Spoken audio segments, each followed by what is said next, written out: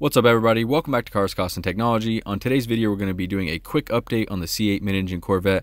For those of you that haven't heard yet, there was a ton of new information that surfaced late last week and over the course of this weekend due to the May issue of Car and Driver magazine leaking, which appears to have a rendering of the C8 Corvette on the cover, as well as a whole article about it in the 25 cars worth waiting for segment of the magazine. So I want to talk to you a little bit about some of the new information that's in this article, as well as some of the information that we've already heard in the past that seems to be getting more and more likely to be true.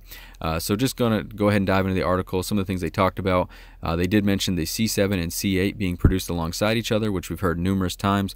So it's looking to be all but confirmed that we're going to see the C8 and C7, produced alongside each other, and you'll have a couple years where you can choose which configuration you prefer, which I think is great. I'm not opposed to that at all.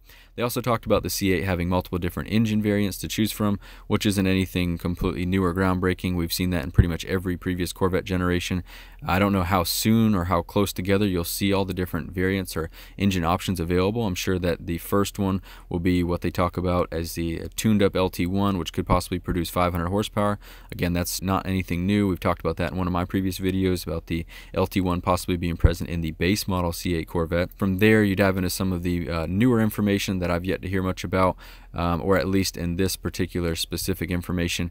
They've talked about the 5.5 liter twin turbocharged dual overhead cam engine, which we have heard mentioned before in the IHS market analysis document and CAD images and such, but this article is actually saying that it could also have a flat plane crankshaft, which is crazy, and I don't even know what to think about that. Hard to wrap my mind around that because that would give it a much higher redline RPM range. So I mean, you could see a Corvette with a redline around 8,000 or more RPM. Now I don't know what the sources are that Car and Driver is using for this information. I'm sure one of the editors has some kind of connection within GM. If this is true, I mean, that would be insane to have a twin turbocharged dual overhead cam Corvette with a flat plane crankshaft. Moving on, they talk about also the mid-engine Corvette having active aero, which would be really cool, something that I've definitely wanted to see for a while.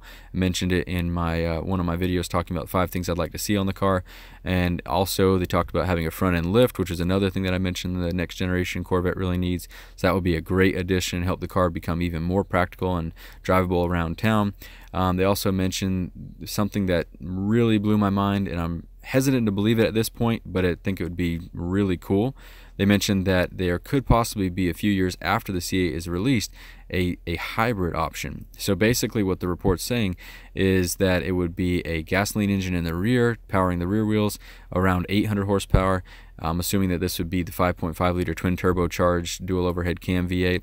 And then a electric engine mounted in the front, which would power the front wheels. So all-wheel drive hybrid powertrain producing a total of around 1,000 or more horsepower. I mean, you just let that sink in for a second. That's literally hypercar territory.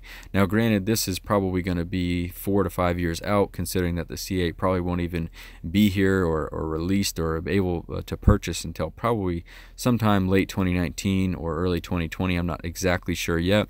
But if they're waiting 2 or 3 years after it's released to roll out the hybrid variant, again, we're talking about 2022, 2023, somewhere in there. So it could be a long ways out, and by then maybe that's going to be the norm for all supercars or even high-end sports cars. It's tough to say, but at the present time, this configuration would definitely qualify as a hypercar, not a supercar, not a sports car. So really crazy, and again, it's hard for me to wrap my mind around some of this stuff because I know in general, the mid-engine platform is completely new. It's the first time it's ever seen on a Corvette. But I guess some of these other things are just, again, it's just so crazy to think about a Corvette having them. So I really want to hear from you guys. Do you think that this sounds good? Do you think that this information is reputable and that we can kind of get excited about some of this? Or do you think Car and Driver completely butchered it and they're way off? I mean, it's tough to say, but I will link it down below. I think it originally leaked on Corvette Forum, so I'll use that link if you want to go check out some of the screenshots of the article and read more about it, and let me know what you guys think. But anyway, guys, look forward to hearing from you in the comments down below. Thanks for watching. Hope you have a great day.